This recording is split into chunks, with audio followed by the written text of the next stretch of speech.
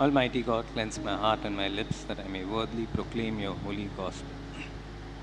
The Lord be with you. And with your spirit. A reading from the Holy Gospel according to Mark. Glory be to you, O Lord.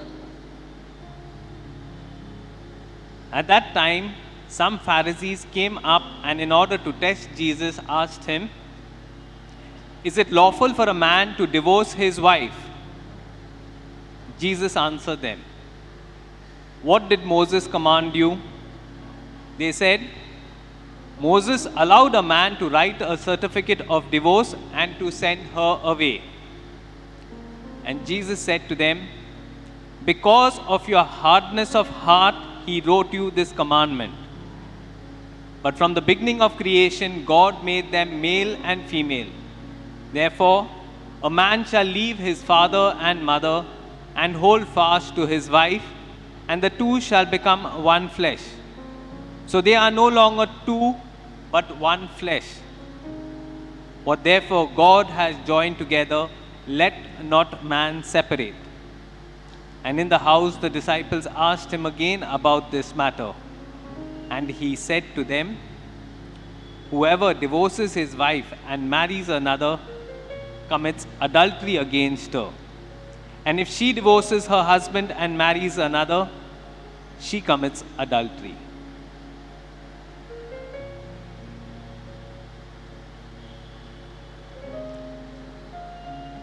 My brothers and sisters, this is the good news of our Lord Jesus Christ. Praise to you, Lord Jesus Christ.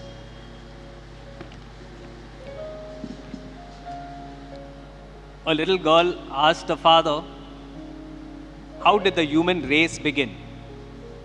And the father answered her, "God made man and Eve, and then they had children, and they had children, and like that way the entire human race was formed."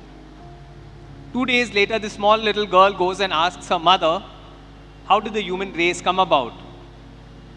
And the mother says, "Originally there were monkeys, and from monkeys evolved, and from that human beings came." And this little girl was confused. And she goes back to the father and she asks the father, "You said God made us. Mummy says we came from monkeys." So the father says, "That is, God made us, that is our side of the story, that is our family.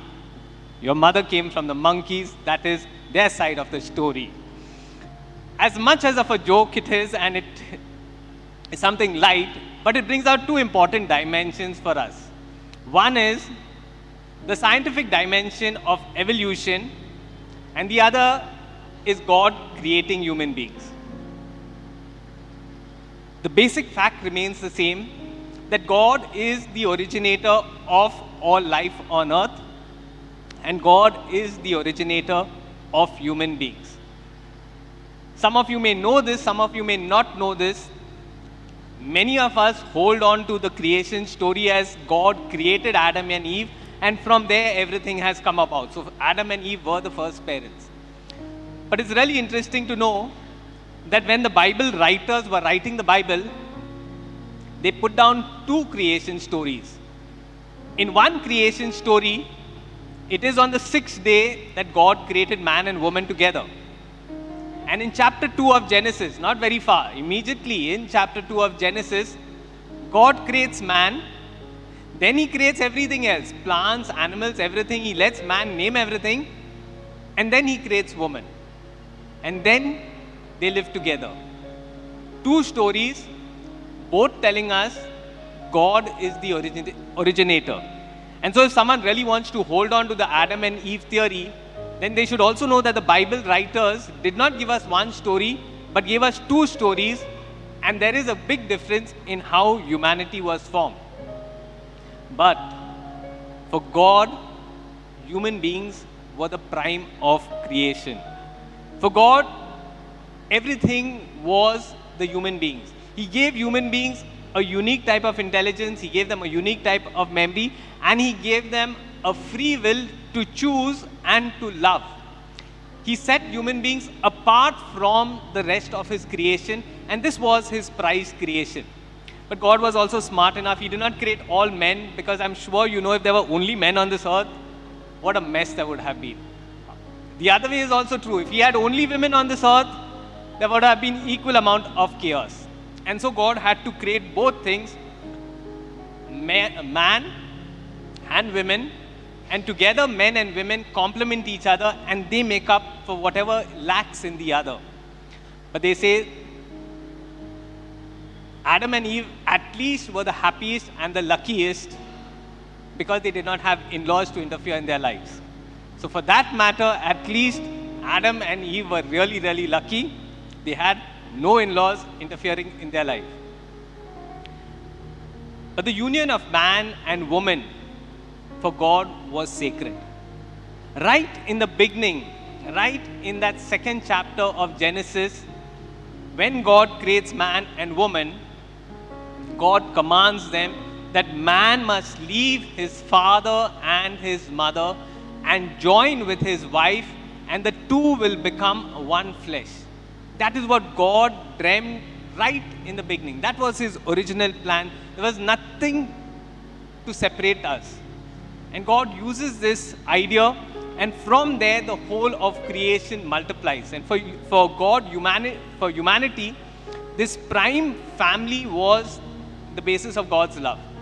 For God, it was through man and woman, when they come together in such deep union, procreation would happen. And that is where God could share His own personal love with humanity. The church recognized this, and the church beautifully summarizes the essence of marriage in this sentence. Marriage is that intimate, exclusive, indissoluble communion of life and love entered by a man and a woman at the design of the Creator for the purpose of their own good and the procreation and the education of children. This covenant between baptized persons has been raised by Christ to the dignity of a sacrament.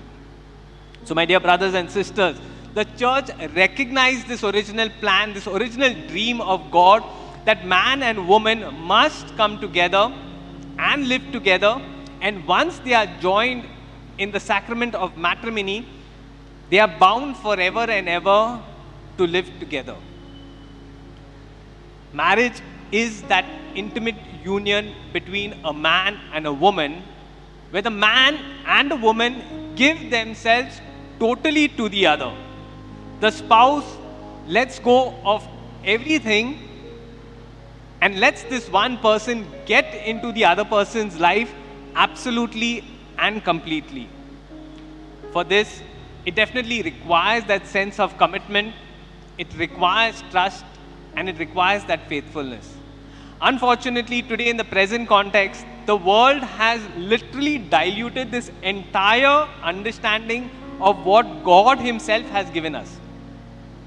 For the world today, every movie that you take, the whole dimension of a family or of a marital relationship is taken so lightly that the whole idea of commitment is diluted. The trust factor is gone and the faithfulness factor is gone. The world promotes a culture of not being absolutely committed, of not being totally faithful, and of not being totally trustworthy.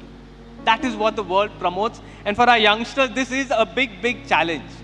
It's very difficult to immediately blame a youngster and say they are the cause of their own problems, because the world has built up this type of a situation. And for the youngsters, they let themselves get sucked into this type of an understanding where they take marriage very lightly. The church on its part has been very cautious about this. And if you know, when someone wants to get married, what precautions the church takes to see that a marriage does not get dissolved is remarkable. There's no other institute on the face of the earth that actually focuses so much on the sacrament of marriage. Much before a couple really enters into the sacrament of marriage, the Catholic Church makes sure that the couple will go for a marriage preparation course. But presently, you'll realize we at least on our side know how lightly the couples take this marriage preparation course. They go for the certificate, they just go for the sake of getting that certificate so that they can go to the next step.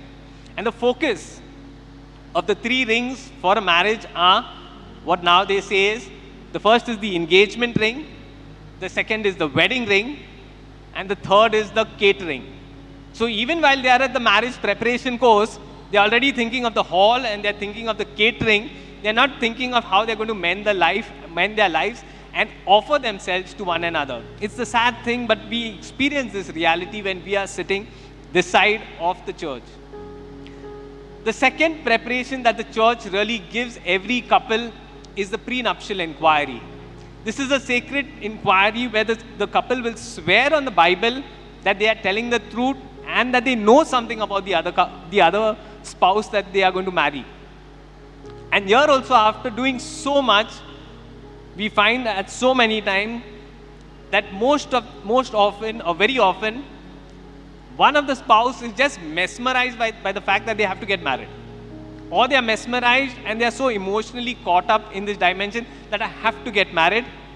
Or they're just caught up with the idea that marriage is a ticket to a physical relationship. And with this dimension or with this thought in their mind, they enter into the sacrament of marriage. The third step that the church really takes to prevent a breakup in a marriage is the church reads bans before the marriage. First, it offers it to the couple in the marriage preparation course. The second time, it offers it individually to the spouses who are going to get married in the prenuptial inquiry. And the third, the church offers this marriage right to the entire community to ask the community if the community knows if there is something wrong or is the couple suitable for marriage. Here also we come across so many cases. After the breakup, they will come and tell the priest, we knew that this would not work out. We knew that this was the problem. But when it was announced in church, people refrain from coming and telling us, because it's not my problem, I don't want to get involved. But we as a community need to really work at safeguarding the entire sacrament of marriage. And the church tries its best to safeguard the marriage.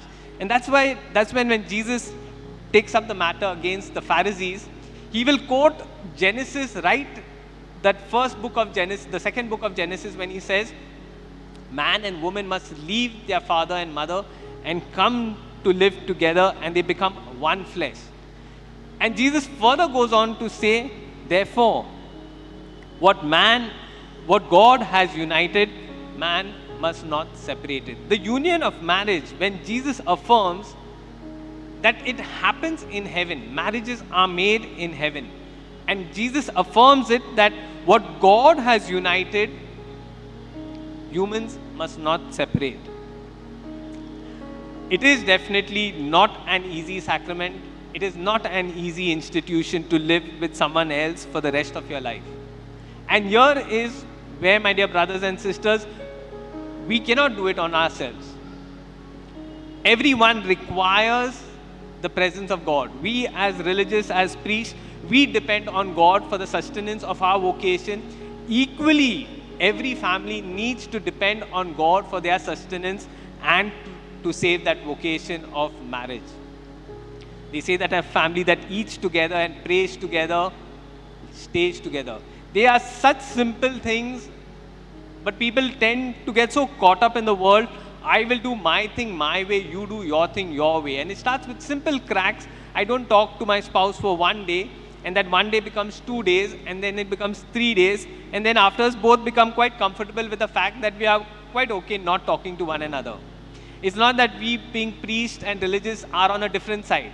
We also struggle because we are in community. But that is the challenge that God gives us. Can we break down that ego and that selfishness to cross over and to say that sorry, to say that thank you? It's more difficult today to say a sorry and a thank you. It requires real guts than to ask for anything else. And today, my dear brothers and sisters, let us be aware of the ego that we have. Many of us, many families, even in our parish, struggle with this. On the face of it, everything looks good. but it's the ego that prevents us from getting into a deeper relationship.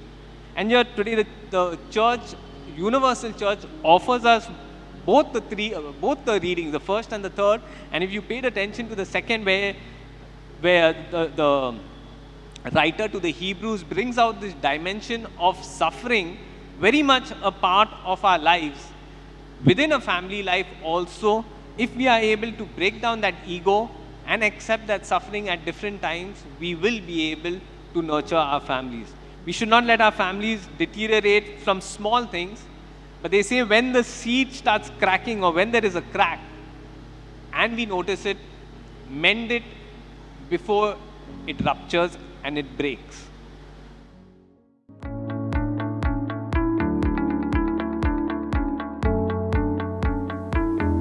My sheep hear my voice, and I know them, and they follow me.